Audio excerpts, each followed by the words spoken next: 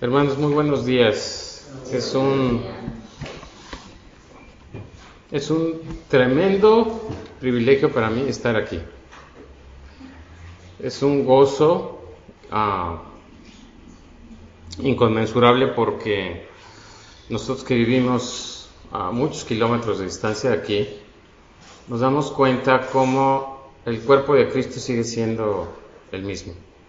Nos une la sangre de Cristo. Y a pesar del acento, de las diferentes situaciones que tenemos cada uno, somos hermanos, somos de la misma familia gracias a la sangre de Cristo. Entonces, reciban un saludo de la Iglesia Bíblica de la Gracia de Tlaxcala, que es el lugar donde nosotros vivimos, en México, que es el estado más chico. Pero el Señor, por su voluntad, quiso que estuviéramos ahí y ahí estamos. Doy gracias a Dios por la vida de mis hermanos Andrei, Frank, su esposa, por la invitación que nos hacen, y les animo, hermanos, a que yo sé lo que es ser un ministro, un siervo. Amen a sus pastores, ellos darán cuentas de su vida por cada uno de ustedes. Así es que nuestra responsabilidad, si bien el Señor ha derramado su gracia para hacernos sus hijos, nuestra responsabilidad es perseverar en lo que el Señor nos ha enseñado y nos ha dejado a través de su palabra, ¿sí?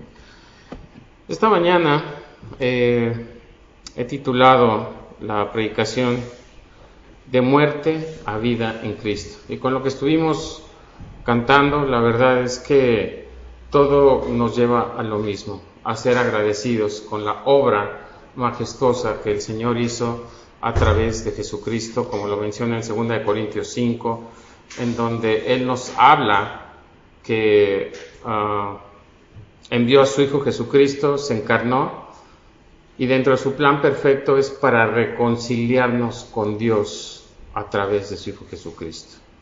Y es importante que todo el tiempo nosotros nos estemos compartiendo el Evangelio, porque no hay otra manera de reconocer a nuestro Señor y Salvador. Y quiero que me acompañes, por favor, al libro de los Efesios, el capítulo 2, por favor.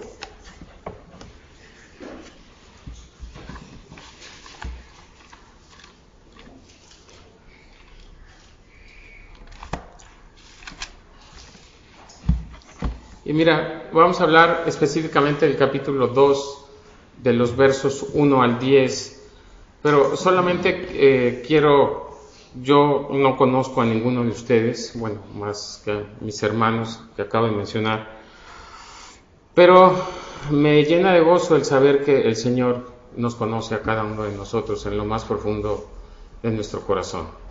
Yo no sé la condición que estás pasando, desconozco todo, pero el Señor sí lo sabe. Y yo ruego a Dios para que esto sea de ánimo y de edificación para cada uno de ustedes. Y solamente como un recordatorio, por ejemplo, insisto, vamos a ver el capítulo 2, pero me encanta hacer como una especie de referencia al capítulo 1, en donde Pablo primeramente se presenta con sus credenciales, que es un siervo doulos, un esclavo de nuestro Señor Jesucristo, y posteriormente nos empieza a describir la obra de redención que ha hecho el Señor en cada uno de nosotros, desde el versículo 3, donde dice: bendito sea el Dios y Padre de nuestro Señor Jesucristo, que nos bendijo con toda bendición espiritual en los lugares celestiales en Cristo. Y vean lo primero que dice, bueno, hasta los vellos se me ponen chinitos, porque dice: según nos escogió en Él antes de la fundación del mundo, para que fuésemos santos y sin mancha delante de Él. Vean qué obra hizo Él, algo que ni tú, ni yo, ni nadie pudiéramos haber hecho, de no haber sido por su amor tan grandioso que ha tenido por cada uno de nosotros. Imagínate, en el verso que sigue dice: en amor habiéndonos predestinado, fíjate qué hermoso, para ser adoptados hijos suyos. ¿No es un privilegio eso? No lo merecíamos. No merecíamos nada de eso, y el Señor lo hizo. Nos adoptó como hijos suyos. Por medio de Jesucristo, y aquí dice, según el puro afecto de su voluntad. Y luego, más adelante dice en el versículo 9, dándonos a conocer el misterio de su voluntad según su beneplácito. O sea, siempre está el él. Si hemos sido salvados no es para nosotros, es para glorificar su nombre, como lo estábamos cantando ahorita en estas preciosas alabanzas. El cual se había propuesto en sí mismo. Y lo más hermoso en el verso 18, o sea, como el corolario de todo esto que nos está diciendo, dice, alumbrando los ojos de vuestro entendimiento, para que sepáis cuál es la esperanza a que Él os ha llamado y cuáles las riquezas de la gloria de su herencia en los santos. Wow. O sea, Él nos ha quitado ese velo de mentira que durante muchos años estuvimos viviendo, al menos yo. ¿No es hermoso esto? Y después de recordarnos el gran amor que el Señor ha tenido por cada uno de nosotros, escogiéndonos, predestinándonos, haciendo toda su obra majestuosa, pasamos al capítulo 2, ahora sí, para estudiarlo. Voy a llegar hasta donde me sea posible, porque la verdad es que el libro de los Efesios, los 3 primeros capítulos han sido descritos como la parte doctrinal, teológica, y los siguientes capítulos de 4 al 6, la parte práctica. Y es ahí donde nosotros tenemos que centrarnos, que tenemos que hacer esas Biblias abiertas. Y hoy, una vez más, vamos a ser expuestos ante ese espejo que es la Escritura para decirnos dónde estamos. Y dice, si me acompañas, en el capítulo 2, y fíjate el título, salvos por gracia. Y aquí estamos en la Iglesia Bíblica de la Gracia. ¿Es correcto? ¿Así es como se llama ustedes? Sí. Iglesia. Y entonces, cuando hablamos de gracia, ¿qué es? Ese regalo inmerecido, porque no nos escogió por ninguna cuestión en particular, bueno, solamente nuestro pecado, pero no hay ninguna cualidad en la cual cada uno de nosotros pudiéramos tener.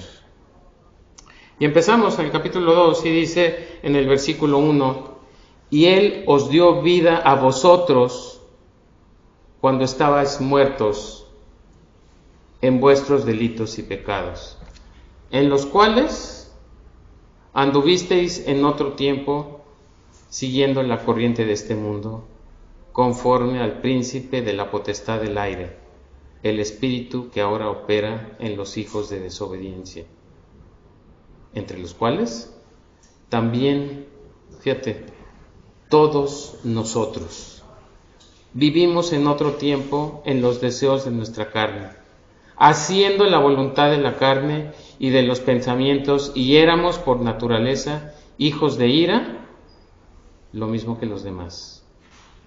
Pero Dios, que es rico en misericordia, por su gran amor con que nos amó, aun estando nosotros muertos en pecados, fíjate qué hermoso, nos dio vida juntamente, ¿con quién?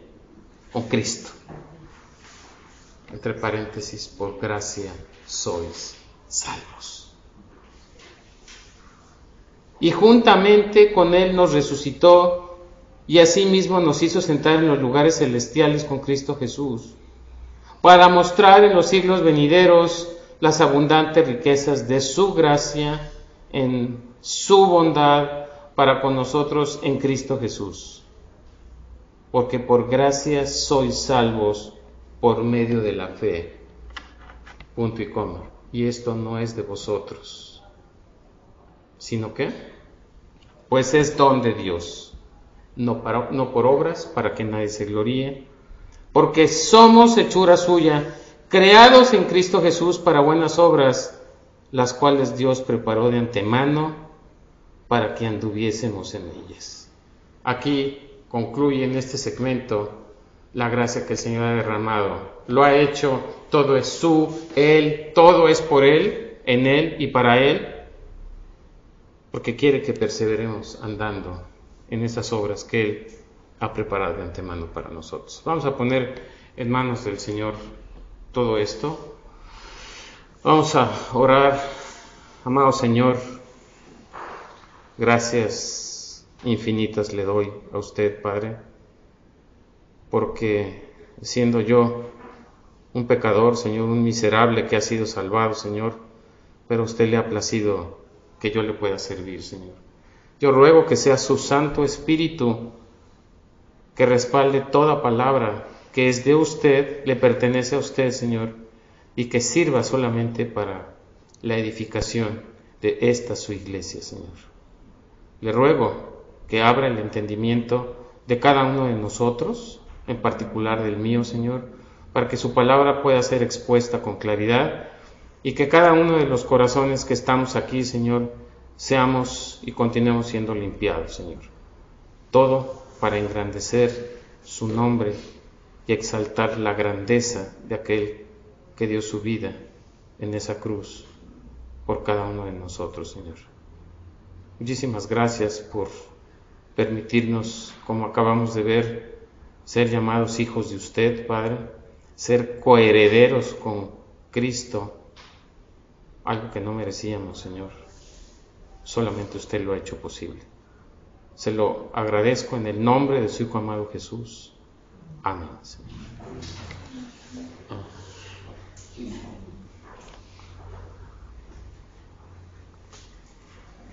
Antes que nada pido disculpas si llego a utilizar alguna palabra que a lo mejor no tenga algún sentido para ustedes. Si se ríen, querrá decir que dije algo incorrecto, pero espero que no sea así. ¿De acuerdo? Bien, vamos a comenzar. Vamos a releer una vez más con un poco de énfasis para ir encuadrando acerca de lo que este texto nos está diciendo a cada uno de nosotros. Que si bien hemos sido salvados, siempre debemos de estar recordando pues lo que el Señor ha hecho por nosotros y tenemos que predicarnos el Evangelio día a día. Porque yo no sé si te ha pasado alguna vez que te has preguntado en el transcurso que llevas de estudiar la Escritura y de decir, Señor, ¿yo soy salvo? Yo no lo sé. Aparentemente, con el andar como siervo de Dios, nos hemos dado cuenta que en algunas ocasiones llegamos a dudar. Eso no lo podemos saber nosotros como ministros, pero podemos llegar a dudar de la salvación de algunos que dicen ser hermanos. Y es justamente esto, que nos veamos en ese espejo de la Escritura y reconozcamos quiénes somos. Si verdaderamente he sido salvado, hay un antes y un después. Y si no, como decía el hermano Frank hoy en su oración, el día es hoy. Es hoy para que entreguemos nuestro corazón al Señor.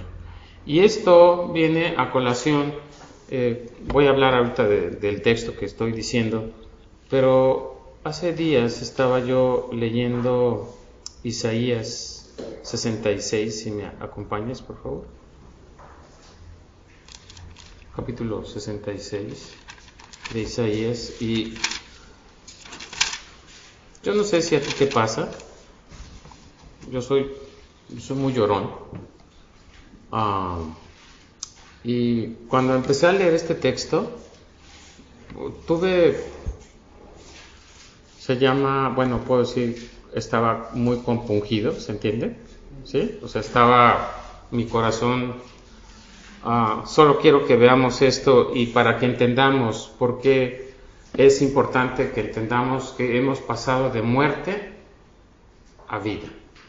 Y aquí, cuando estamos viendo este texto del Antiguo Testamento, vemos cómo el Señor había escogido a un pueblo, como lo ha hecho con nosotros, los gentiles, y en lo que leíamos hoy en Gálatas, que me pareció que se conecta muy bien, porque todo va hacia la cruz, como Pablo confronta a Pedro por su legalismo, por su hipocresía, e incluso Bernabé, que fueron los encargados de ministrarle a los gentiles, había ciertas confusiones. Entonces es importante que todos tengamos claro, para la gloria de Dios, qué somos. Y mira cómo Dios siempre en el Antiguo Testamento diciendo, y yo seré tu Dios y tú serás mi pueblo, como si Él tuviera que suplicar lo que es. Y aquí en este texto dice, mira, dice, Jehová dijo así, el cielo es mi trono y la tierra estrado de mis pies. ¿Dónde está la casa que me habréis de edificar y dónde está el lugar de mi reposo? Mi mano hizo todas estas cosas y así todas estas cosas fueron, dice Jehová. Y mira qué hermoso. Viene un contraste entre este versículo y el que sigue, porque dice, pero miraré a aquel que es pobre y humilde de espíritu y que tiembla a mi palabra. La palabra de Dios te hace temblar cuando no la llevamos a cabo. A mí sí. Pero no solo esto, sino nos hace un énfasis en lo que sigue. Y por eso quiero ser claro, hermano, porque la iglesia de hoy, aquí en México, en todo el mundo, está en crisis. Está en crisis, ¿por qué? Porque no estamos perseverando como deberíamos de hacerlo, porque no estamos reconociendo el sacrificio de nuestro Señor. Nuestros ojos tienen que estar en la cruz todo el tiempo. Y mira lo que dice aquí, en el verso 3. El que sacrifica buey es como si matase a un hombre. El que sacrifica oveja, como si degollase un perro. El que hace ofrenda, como si ofreciese sangre de cerdo. El que quema incienso, como si bendijese a un ídolo. Y porque escogieron sus propios caminos, y su alma amó sus abominaciones. Lo que siempre el pueblo de Israel estuvo haciendo, sus caminos. Y ahorita nos vamos a enfocar a Efesios 2:1, en donde acabamos de ver una introducción en la que el Señor mismo nos ha mostrado a través de Pablo su obra que ha hecho. Entonces imagínate, aquí a veces creemos que estamos haciendo lo correcto para Dios, pero en realidad no lo estamos haciendo, porque nuestro corazón todavía no ha sido limpiado y no hemos sido regenerados. Pero esa es la bendición que el Señor hoy tiene para cada uno de nosotros. Y acompáñame una vez más a Efesios, y ya les prometo que no los voy a tener de un lado a otro.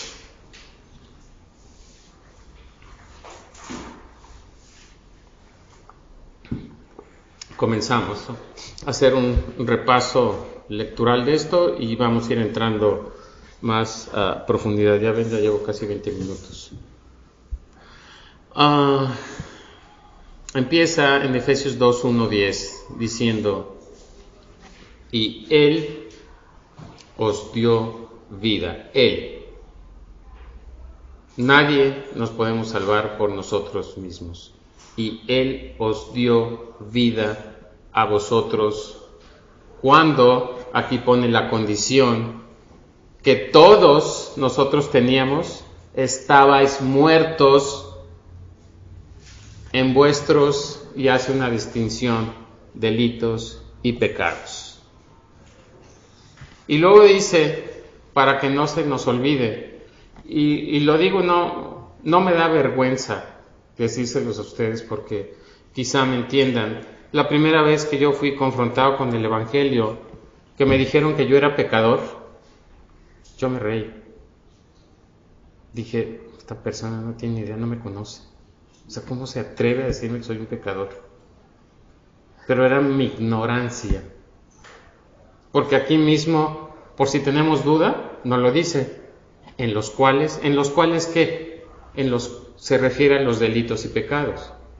En los cuales anduvisteis en otro tiempo. Es decir, era nuestro estilo de vida. Era nuestro estilo de vida. No está diciendo, y algunos anduvieron, no, dice, en los cuales todos. Anduvisteis en otro tiempo. Y este es el parteaguas, porque fue otro tiempo, ya no es ahorita. Tu estilo ya debe ser diferente.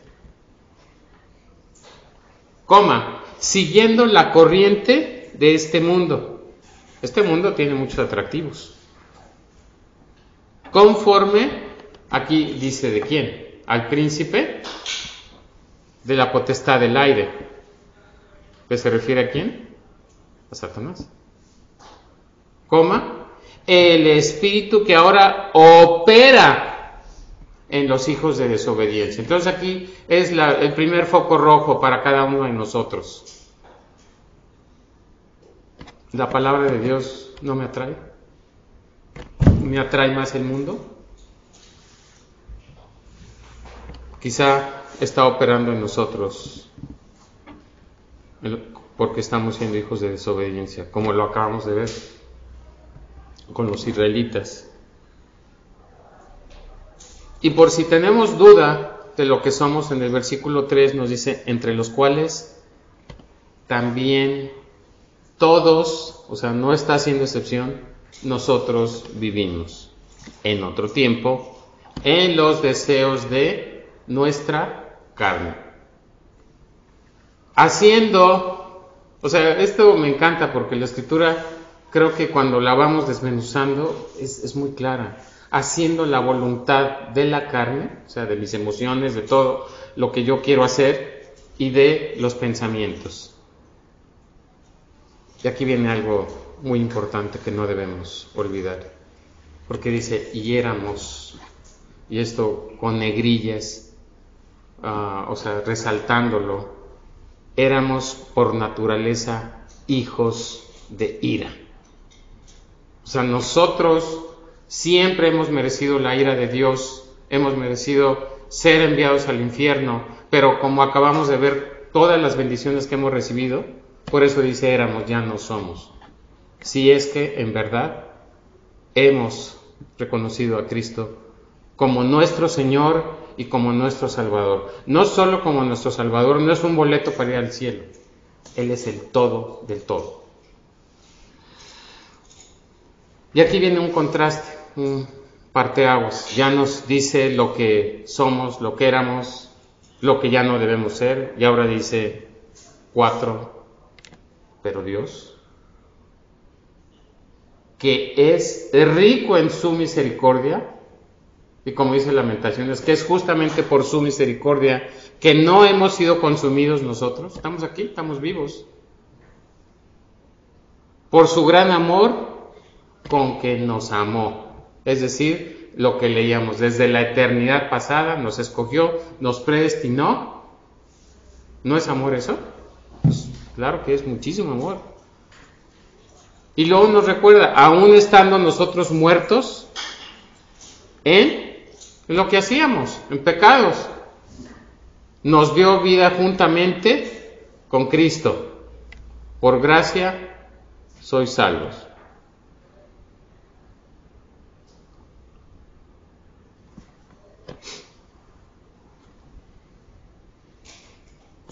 Y viene una vez más la obra redentora en nuestras vidas.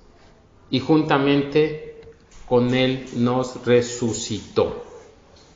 O sea, fíjate cómo sonaría como extraño ver cómo nos resucitó si todavía no hemos muerto físicamente. Pero es que en realidad el tiempo gramatical que está usando aquí es algo que ya pasó y que así va a ser, aunque nuestra mente no pueda comprender. Y nos hizo, fíjate cómo está hablando en presente, y nos hizo sentar en los lugares celestiales con Cristo Jesús. O sea, la obra ya está hecha, el que inició la obra la va a terminar. Y aquí viene el propósito, verso 7. Para mostrar en los siglos venideros las abundantes riquezas de su gracia en su bondad para con nosotros en Cristo Jesús. Y aquí viene la conclusión de todo esto. Porque por gracia, es decir, por ese don inmerecido, sois salvos por medio de la fe. Y esto no de vosotros. O sea, eso que nos quede muy claro. Pues es don de Dios. Él es el que hizo todo. No por obras para que nadie se gloríe. No es por lo que nosotros hagamos, como veíamos hace rato, como en la ley los israelitas siempre querían estar haciendo cosas, pero sus motivaciones eran incorrectas. Y aquí en el 10 dice, porque somos hechura suya, creados en Cristo Jesús, para buenas obras, las cuales Dios preparó de antemano, para que anduviésemos en ellas.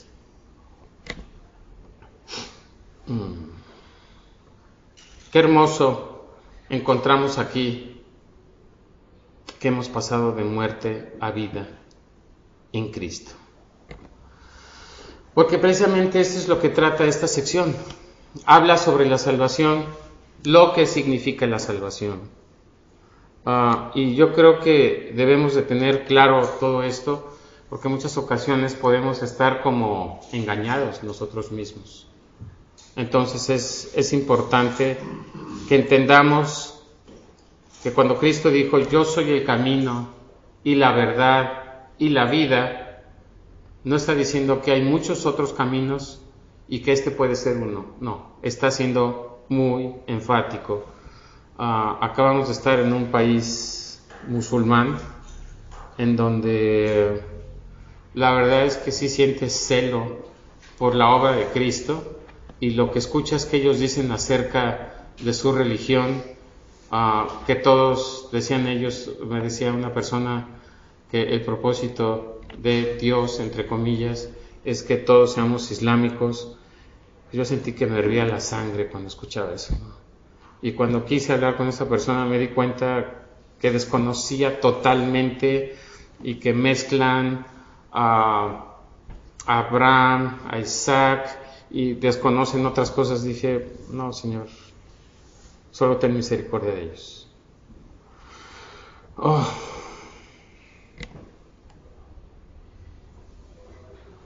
Toda la Escritura entendemos que es inspirada por Dios, y este libro no es la excepción. En Efesios, y encontramos aquí una guía muy clara de lo que significa estar en Cristo, ser uno con Cristo, lo que significa ser parte del cuerpo de Cristo y la iglesia que Dios planeó antes de la fundación del mundo. Tenemos grandes riquezas en Cristo, como lo acabamos de ver en el capítulo 1, y todas esas bendiciones las tenemos gracias a la reconciliación que Dios hizo a través de su Hijo Jesucristo al haberlo encarnado. Bien, dentro, así rápido les cuento que en esto vamos a ver, si nos da tiempo, 6 aspectos de la salvación. 1, ¿de qué nos salvó? 2, que la salvación no es otra cosa más que es por amor. 3, la salvación es para pasar de muerte a vida. 4, ¿cuál es el propósito de la salvación? El quinto punto es, la salvación es solamente por medio de la fe. Y 6, que esta salvación tiene que ser reflejada en las obras que nosotros debemos hacer, porque el Señor las preparó de antemano para que anduviésemos en ellas. Y aquí vamos, quizá me voy a llevar un poquito de más tiempo, en que a lo mejor podríamos decir, bueno, pero esto ya lo sabemos. O sea, ¿de qué nos salvó? En primero, nos salvó del pecado. ¿Qué es lo que nos caracteriza antes de Cristo? Pues aquí está descrito. Si volvemos ahora sí a Efesios 2:1, y Él os dio vida a vosotros. Una vez más, el referente es Él, no nosotros. Tengamos claro eso. Cuando estabais muertos en vuestros delitos y pecados. Para empezar, Pablo nos habla de algo del pasado, antes de ser un cristiano.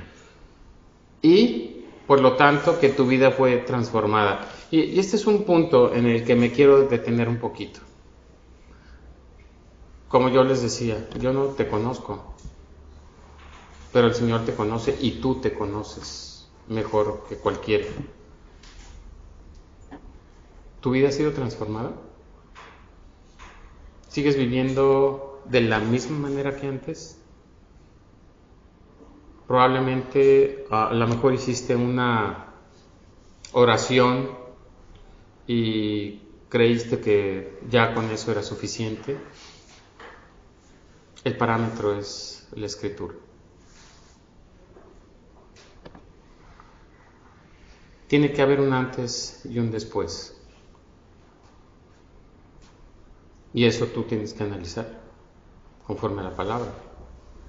Si Él dice, y Él os dio vida a vosotros cuando estabais muertos en vuestros delitos y pecados, está describiendo dos cosas que ahorita vamos a ver. ¿Cómo está tu andar en el Señor? ¿Sigues viviendo en esos delitos y pecados?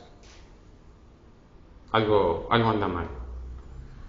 Y cuando lo conectamos esto, en la secuencia que lleva con el versículo 2, cuando dice, en los cuales anduvisteis en otro tiempo, es otro recordatorio para decirte, ya no andas, porque anduvisteis, es decir, en el pasado, quiere decir que ahora ya no.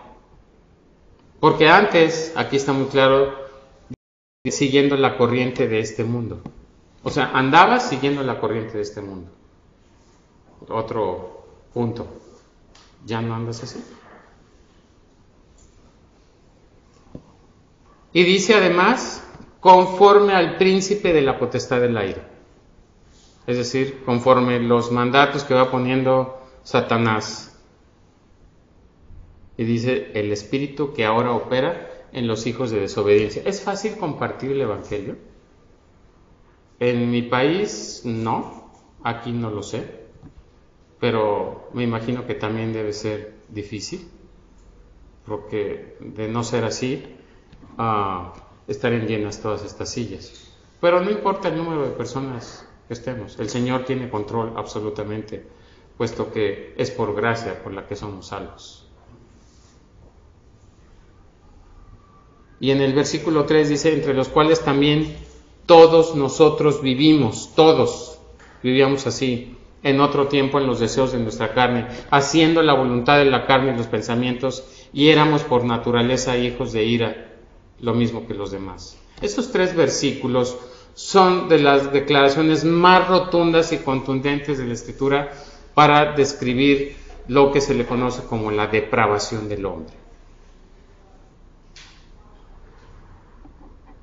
Como dice el mismo Pablo, no lo busquen, yo se los digo, en Romanos 6:23, porque la paga del pecado es muerte, mas la dádiva de Dios es vida eterna en Cristo Jesús, Señor nuestro.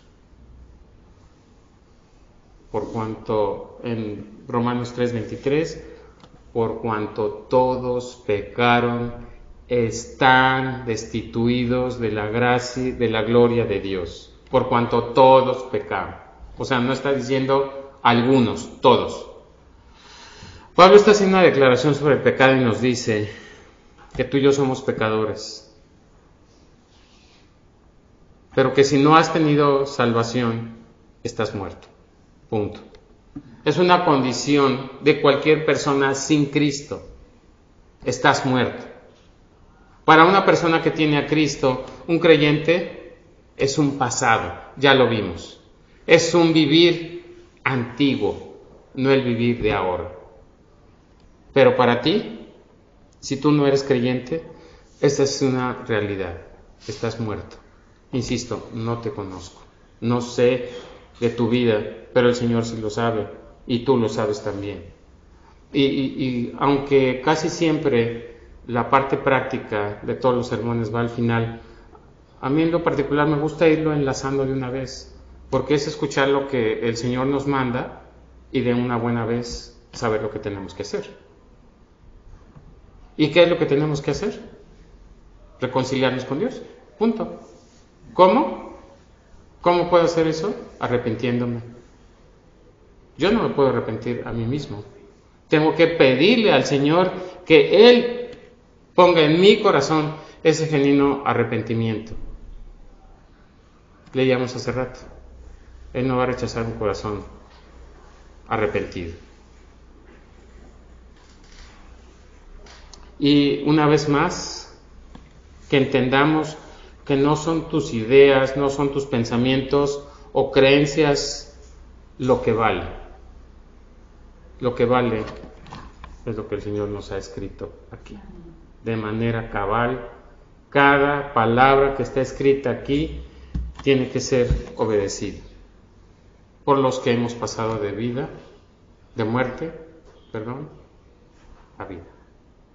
Pero si estamos muertos, esto no tiene ningún sentido.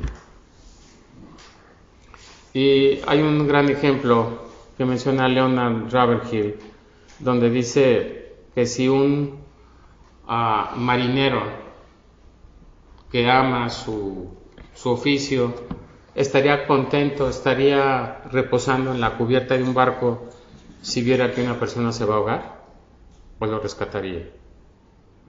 O si un bombero que está viendo cómo las llamas comienzan y pueden crecer tanto que todos los que están adentro pudieran morir, el bombero estaría comiendo su lunch muy a gusto viendo cómo prende todo.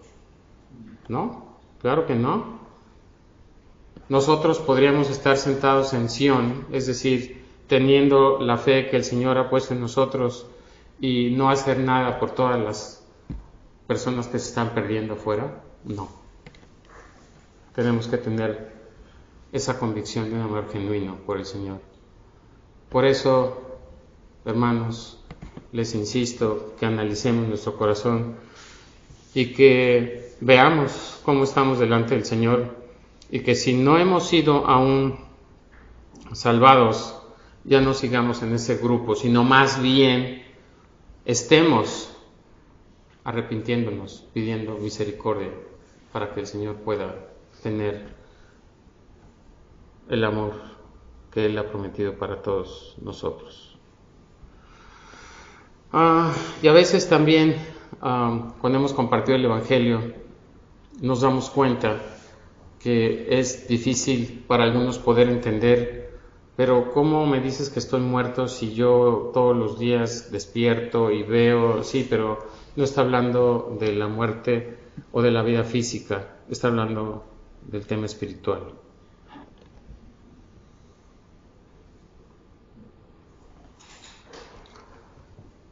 Y perdónenme que insista en lo mismo, en mi iglesia siempre estoy así. Hermano, haz un alto en tu vida. Analiza cómo estás viviendo. Si todavía te resistes a arrepentirte porque te agrada más tu pecado, si vienes y tu vida todo está igual, incluso tu pecado, no nos engañemos. Quizá estamos muertos. Mira que la propia palabra nos da la oportunidad cuando vamos a celebrar la Santa Cena que nos probemos a nosotros cómo estamos para no tomarla indignamente. Y todos hemos pasado y hemos estado, a nosotros últimamente allá en nuestra iglesia ha habido gente que ha estado muriendo y son los papás o las mamás de algunos de los hermanos de allí que quizá nunca conocieron el Evangelio, y que los funerales es un buen momento para compartir el Evangelio. No sé acá, pero allá en México es muy común que cuando alguien muere la gente diga que en paz descanse. No sé si aquí dicen lo mismo, que en paz descanse. Y yo siempre he pensado que cuando una persona dice que en paz descanse, es un anhelo que la persona tiene de que en paz descanse, pero no hay una seguridad. Y no hay esa seguridad simple y sencillamente porque nunca conocieron el Evangelio. Si lo conocieron, gloria a Dios porque están en la misma presencia del Señor. Pero si no lo han conocido, qué triste. Pero eso es pasado. Pero nosotros que estamos aún vivos, no debemos de andar como esos zombies muertos, sino glorificando al Señor, pidiendo misericordia para que Él nos pueda salvar. Tan es así como lo menciona en Mateo 8:28, esa enseñanza cuando le está diciendo a un hombre, el mismo Señor Jesucristo: sígueme, deja que los muertos entierren a sus muertos. Qué fuerte eso, ¿no? Deja que los muertos entierren a sus muertos. O sea, diciéndole de manera, pues ya para nosotros muy claro, ¿no? O sea, ellos están muertos y tú estás igual, así es que ya déjalos, punto. Y cuando está diciendo en este versículo 1 de Efesios, cuando dice muertos en vuestros delitos y pecados. Lo que hacen los muertos espirituales es funcionar en el ámbito del pecado, en el área de la transgresión. Ahora, ¿cómo es que el hombre está muerto? Algo importante es que no estamos muertos porque después de nacer hayamos pecado. No morimos por causa de que cometemos algún pecado, sino que estamos muertos porque hemos nacido pecadores. Punto. Es decir, no estamos muertos porque cometemos pecado. Nacemos muertos y debido a esto es que es nuestra naturaleza estar pecando. Por eso es que necesitamos de un Señor y de un Salvador.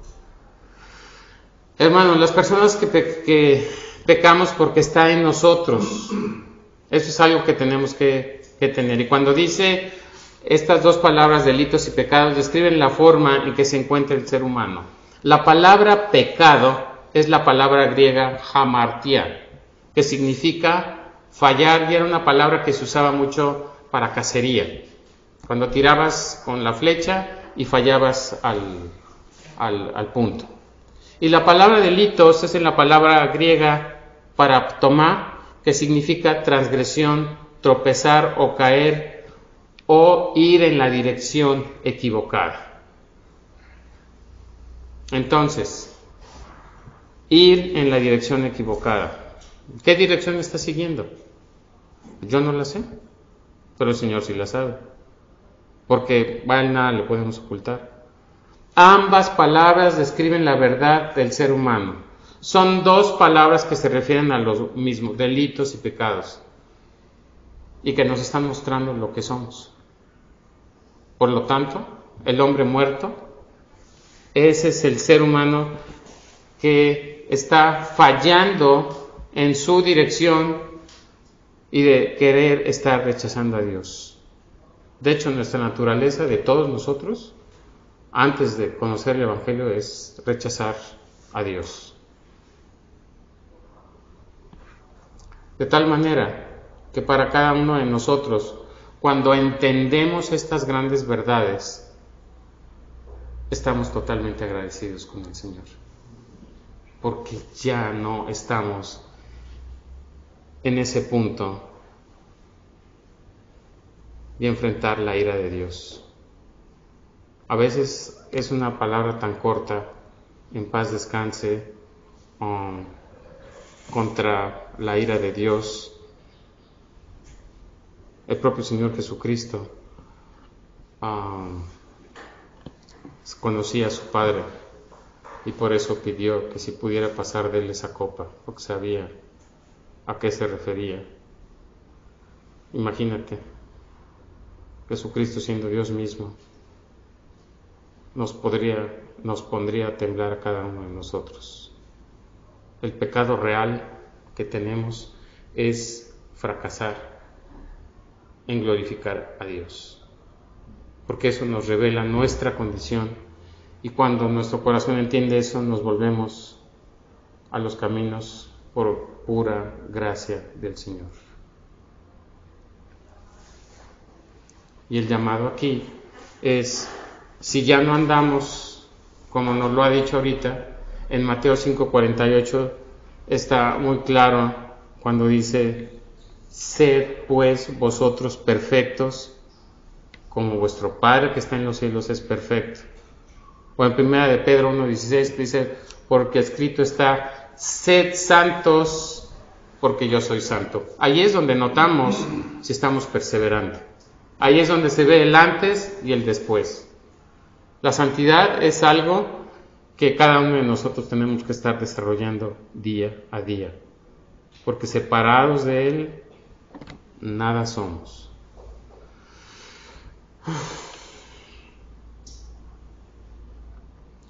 Los cristianos, como hijos de Dios, nos esforzamos, corremos la carrera, deseamos alcanzar la santidad completa, pero continuamente fallamos. No lo logramos, nos quedamos muy lejos de alcanzarla y por eso día a día necesitamos de estar escudriñando la Escritura, estar orando, utilizar todos los medios de gracia para que el mismo Señor obre en nuestras vidas y que seamos esas Biblias abiertas mostrando las buenas obras que el Señor, como dice en el versículo 10 que más adelante llegaremos. Nadie va a llegar a la perfección en esta vida.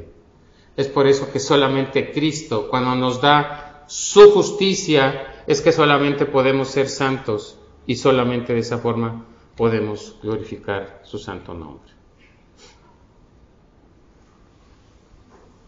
Y cuando dice aquí en el versículo 2, si se dan cuenta hemos hablado prácticamente de uno,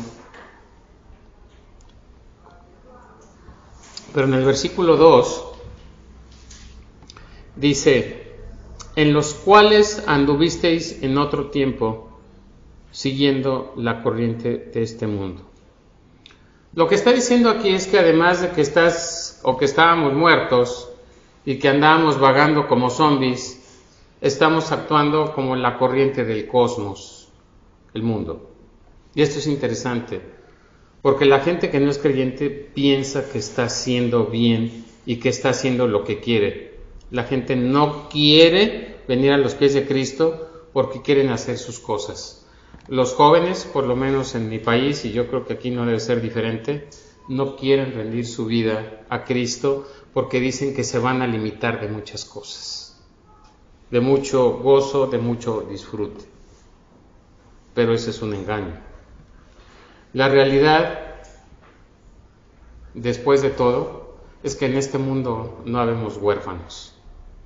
O somos hijos de Dios, o somos hijos de, ya saben quién. Así es que, y lo peor de todo es no darnos cuenta que creemos estar haciendo nuestra voluntad, pero al final estamos haciendo la voluntad del espíritu de potestad de este tiempo. Están siendo dirigidos desgraciadamente por Satanás. En el Evangelio de Juan, el capítulo 8:44, dice, vosotros sois de vuestro padre el diablo, cuando está hablando a los judíos, y los deseos de vuestro padre queréis hacer. Él ha sido homicida desde el principio y no ha permanecido en la verdad, porque no hay verdad en él. Cuando habla mentira, de suyo habla, porque es mentiroso y padre de mentira. Dicho en términos simples, si no quieres obedecer a Dios, de todos modos obedeces a alguien, al otro. Caminar de acuerdo con el cosmos, con el mundo, que es la traducción del original aquí, pero además no está hablando solamente del mundo físico, sino de la ideología del pecado. Yo no sé cómo está acá, en nuestro país está tremendo la ideología de género, está haciendo estragos al grado de que ya mucha gente está tomando la decisión, incluso no creyentes, de educar a sus hijos fuera de las escuelas comunitarias. En esas escuelas en donde he escuchado algunas mamás diciéndome, oiga, fíjese que en la escuela les dieron una actividad a los niños de que los varones al día siguiente tenían que ir vestidos de mujer y las mujeres tenían que ir vestidas de niño. y algunos papás se negaban y eso generaba confrontación con los maestros y todo eso, pero es algo que nosotros como creyentes no debemos aceptar. A mí por eso una de las cosas que me encanta cuando leo las epístolas de Juan es que Juan es muy claro. Juan es blanco y te muestra que puede ser blanco, negro, pero no hay mitades. O sea, no hay de otro. O eres o no eres. Punto. ¿Sí? Y eso, así es como tenemos que ser nosotros. Tenemos que ser de una, porque el Señor nos ha llamado para rendirle toda la gloria a su nombre. Si ahora el mundo acepta el matrimonio homosexual, la gente está feliz con eso. En nuestro país, afortunadamente, todavía podemos compartir el Evangelio con toda libertad, y yo espero que aquí también, pero hay otros lugares en donde dar un mensaje, en donde estemos hablando en contra de la homosexualidad, implica que te metan a la cárcel. Pero finalmente, eso creo que a ninguno de nosotros como ministros nos da, no tenemos ningún problema, porque si lo hicieran, estaremos glorificando a Dios. Pablo estuvo preso, así es que ¿cuál sería el problema por defender la verdad bíblica, ¿no? Conforme en la parte segunda de este versículo, cuando dice, la corriente de este mundo conforme al príncipe de potestad del aire, el espíritu que ahora opera en los hijos de desobediencia. Satanás, por supuesto, está detrás. Él es el líder de todas esas huestes espirituales que están dominando el cosmos, la ideología del mundo, el sistema de este mundo. Satanás es el que está influenciando las mentes de este mundo a través de lo que hoy en día hay cosas increíbles que estamos viendo. Les decía que ayer los hermanos platicaba que después de algunos años de estar como ministro, por primera vez el pecado de alguien trastornó mi mente al grado de veras de no poder dormir y todo eso. ¿Por qué? Porque te duele que eso esté pasando en el cuerpo de Cristo. Duele. Y hermanos, yo les animo verdaderamente a que amen al Señor sobre todas las cosas y que cualquier situación que tengan, ahí están los pastores para que les puedan ayudar y servir, y yo sé que ellos tienen un gran amor al servicio del Señor. Y cuando dice aquí que es el príncipe de la potestad del aire, nos preguntamos ¿a qué se refiere con el aire? Muchas personas piensan que es la atmósfera, o que es el segundo cielo, o el espacio. Algunas personas piensan que es el tercer cielo, pero esto va más allá del área física. Sabemos que se mueve en todos los ámbitos Satanás, porque seguramente está presente, no es omnipresente como lo es el Señor, pero está atacando a determinados grupos. Y eso, la verdad es que a nosotros como creyentes nos debe de doler lo que esté pasando en la situación mundial, y tenemos que estar orando por todas esas situaciones. Más bien, cuando habla de la potestad del aire, va más allá, involucra el reino de las ideas, las actitudes, la ideología. Satanás está promoviendo conceptos, está metiendo ideas que detrás de todo el sistema ideológico del mundo, en el aire de los pensamientos y todos los conceptos. Qué terrible. Pero solamente Dios es el único que nos puede librar de todas esas cosas. Y en el versículo 3, cuando dice, entre los cuales también todos nosotros vivimos en otro tiempo en los deseos de nuestra carne, haciendo la voluntad de la carne y los pensamientos, y éramos por naturaleza hijos de ira, lo mismo que los demás. Todos nosotros éramos así, éramos muertos vivientes, siguiendo el sistema de este mundo, controlado por Satanás, simplemente siendo conducidos a cumplir los deseos de la carne los que nuestros deseos anhelaban, era lo único que nos satisfacía. Y también aquí es lo que tenemos que ver, ¿no? ¿Qué tanto? Yo a veces, hasta mi esposa me dice que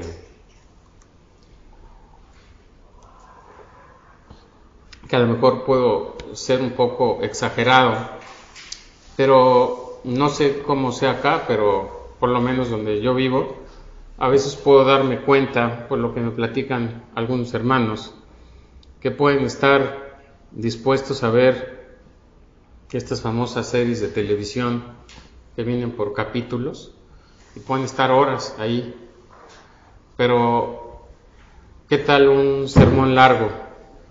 Uy, no, pues ya se tardó el pastor, ¿no? O qué tal, no sé, reuniones bíblicas. Cómo fastidia con esas cosas, ¿no? Cuando en realidad todo lo que hagamos para el Señor no es para hacer obras, sino es porque están haciendo de nuestro corazón agradecido, para mostrar gratitud por lo que Él ha hecho por cada uno de nosotros.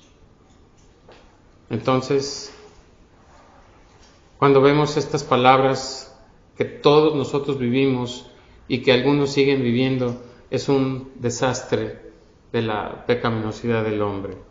Pero bien, recordemos que nuestra misión es, fijémonos cuando dice en Filipenses 4:7, y la paz de Dios que sobrepasa todo entendimiento guardará vuestros corazones y vuestros pensamientos en Cristo Jesús.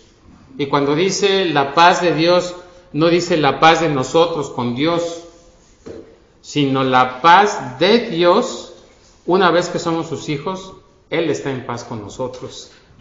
Él está en paz con nosotros. Y allí es que su ira se quita de Él para con nosotros, pues ya hemos sido salvados. No por el hecho de que solo vengas al culto y medio escuches, y medio obedezcas, y medio hagas, tú estás en paz con Dios. La paz es el resultado de haber sido perdonados de nuestros pecados por la muerte de Cristo en la cruz, y nosotros reconociendo el significado que tiene la justificación que el Señor ha tenido con cada uno de nosotros. Yo creo que aquí voy a parar. Todavía falta muchísimo, hermanos. Creo que veremos cómo hacemos, pero quiero yo que estos 3 versículos solamente que hemos visto de todo lo que el Señor nos ha rescatado, ¿no bien vale la pena vivir agradecidos con la obra de Dios? Yo recuerdo mucho un comentario que una vez hizo un hermano, que dicen que Calvino, antes de morir, había gente a su alrededor y algunos le llegaron a preguntar que qué era lo que más había llamado su atención de la Escritura. Y algunos pensando en conceptos teológicos o cosas así. Y su respuesta fue muy simple, dijo: el amor de Dios. Wow. Porque solo por su amor hemos sido salvados. Solo por su amor Él ha tenido misericordia de nosotros. Pero no nos confundamos, como en muchos lugares lo hacen, que Dios es amor, pero también es un Dios justo, es un Dios que está airado contra el pecado y contra el pecador, y que Él no va a hacer otra cosa más que hacer su justicia, y que no nos olvidemos de eso, y que si nosotros somos parte de ese pueblo en donde Él ha derramado su amor, que no lo tengamos por poco. Él ha hecho mucho. Él ha hecho todo. Cuando vemos la cruz, cuando vemos ese sacrificio que el Señor hizo y su bondad, todavía están en la cruz diciendo: Padre, perdónales porque no saben lo que hacen. Pero al final, cuando dice consumado es, ahí estamos nosotros.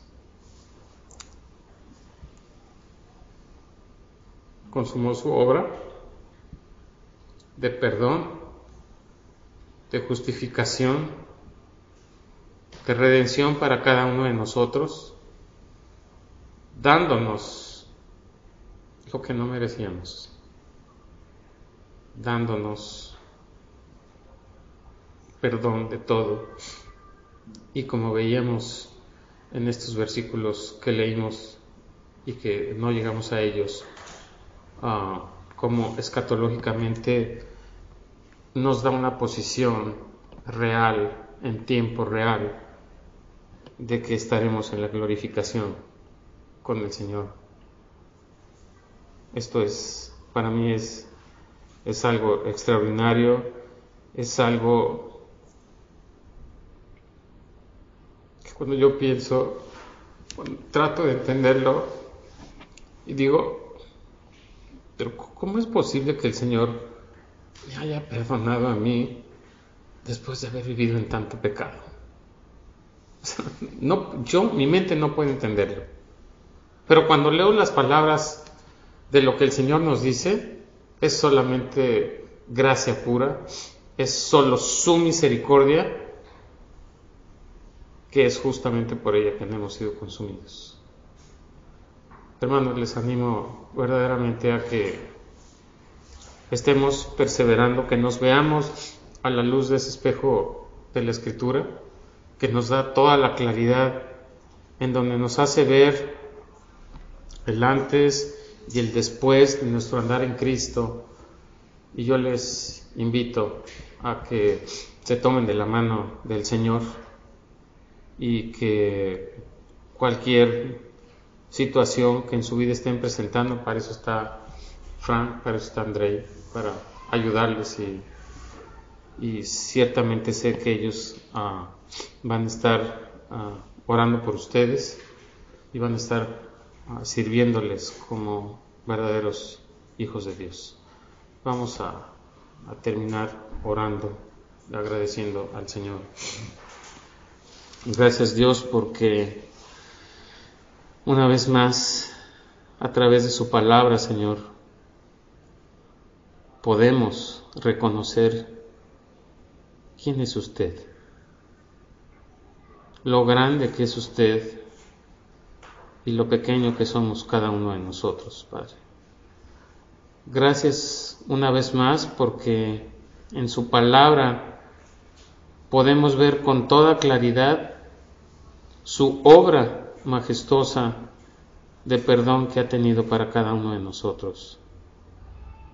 Padre, yo le ruego una vez más por el corazón de cada uno de los hermanos que estamos aquí, Señor, y yo ruego porque usted es omnisciente, usted tiene muchos atributos que yo no tengo, Señor. Pero usted sabe si hay alguien aquí que todavía no le ha reconocido como su Señor ni como su Salvador. Padre, yo ruego para que sea usted hoy mostrándole a través de su palabra quién es usted, Señor, y quiénes somos nosotros, y la necesidad que tenemos de perdón para ser librados de la ira venidera, Señor.